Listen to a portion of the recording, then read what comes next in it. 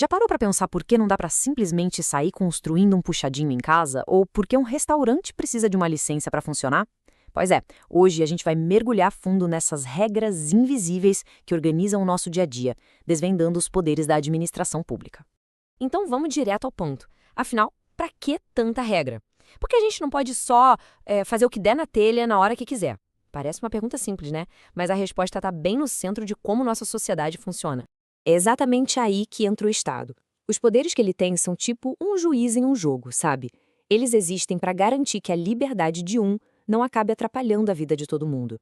O lance todo é achar esse equilíbrio. E olha só que interessante, no direito não se fala só em poderes. O termo correto é poderes, deveres. Pensa bem, não é algo que o governo pode fazer se quiser, é algo que ele tem que fazer. É uma obrigação para proteger a coletividade, é uma responsabilidade e não uma opção.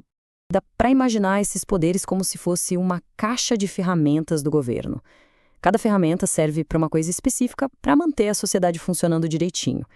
E bom, embora tenha várias ferramentas aí, hoje a gente vai focar nas duas que mais aparecem no nosso dia a dia.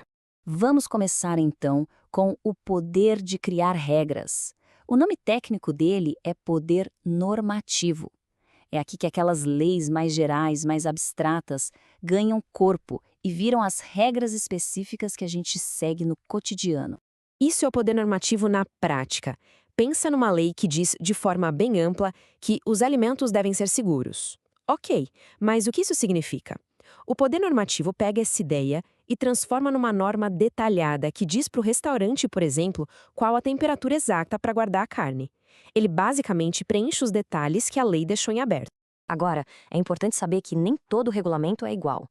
Existem basicamente dois tipos. Um é o regulamento de execução, que só detalha uma lei que já existe, como no exemplo da comida. Mas tem também o regulamento autônomo, que é mais poderoso. Ele pode criar regras novas sobre assuntos que a lei ainda nem tratou. É uma diferença bem importante. Beleza, então já entendemos como as regras são criadas. Mas de que adianta ter regras se ninguém fiscaliza, né? É aí que entra a nossa segunda grande ferramenta, o poder de fazer essas regras valerem. E esse é o famoso poder de polícia.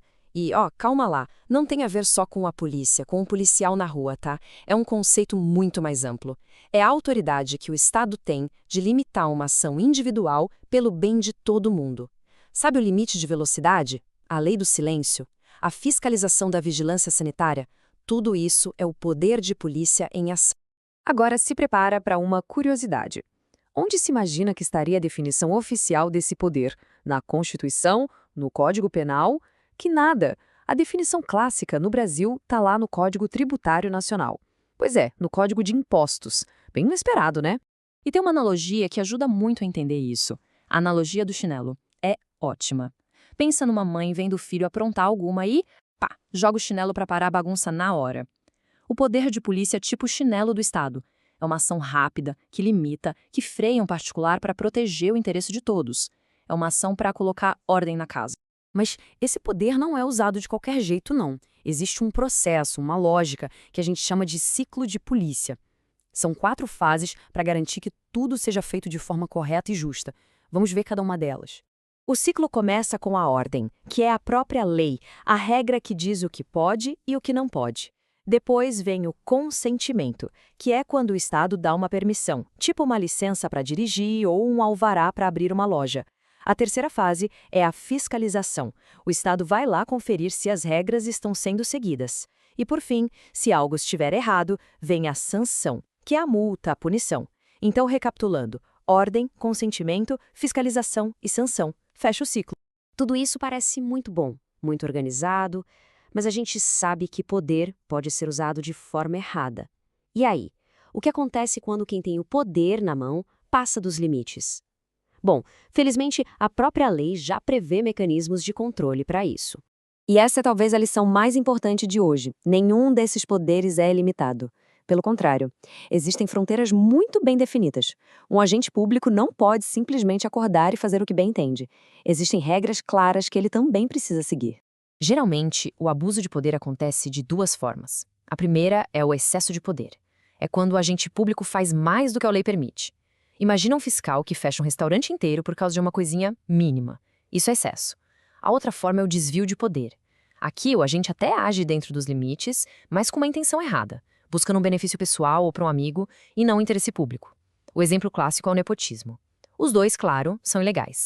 Então, na próxima vez que alguém parar num sinal vermelho ou vir um alvará de funcionamento na parede de uma loja, vale lembrar que existe toda essa estrutura invisível por trás.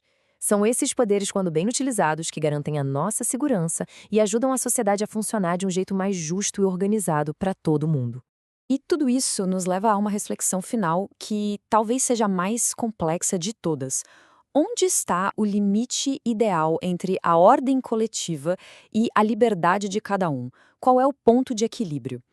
Não existe uma resposta pronta, né? É uma discussão constante na nossa sociedade e que vale a pena a gente pensar a respeito.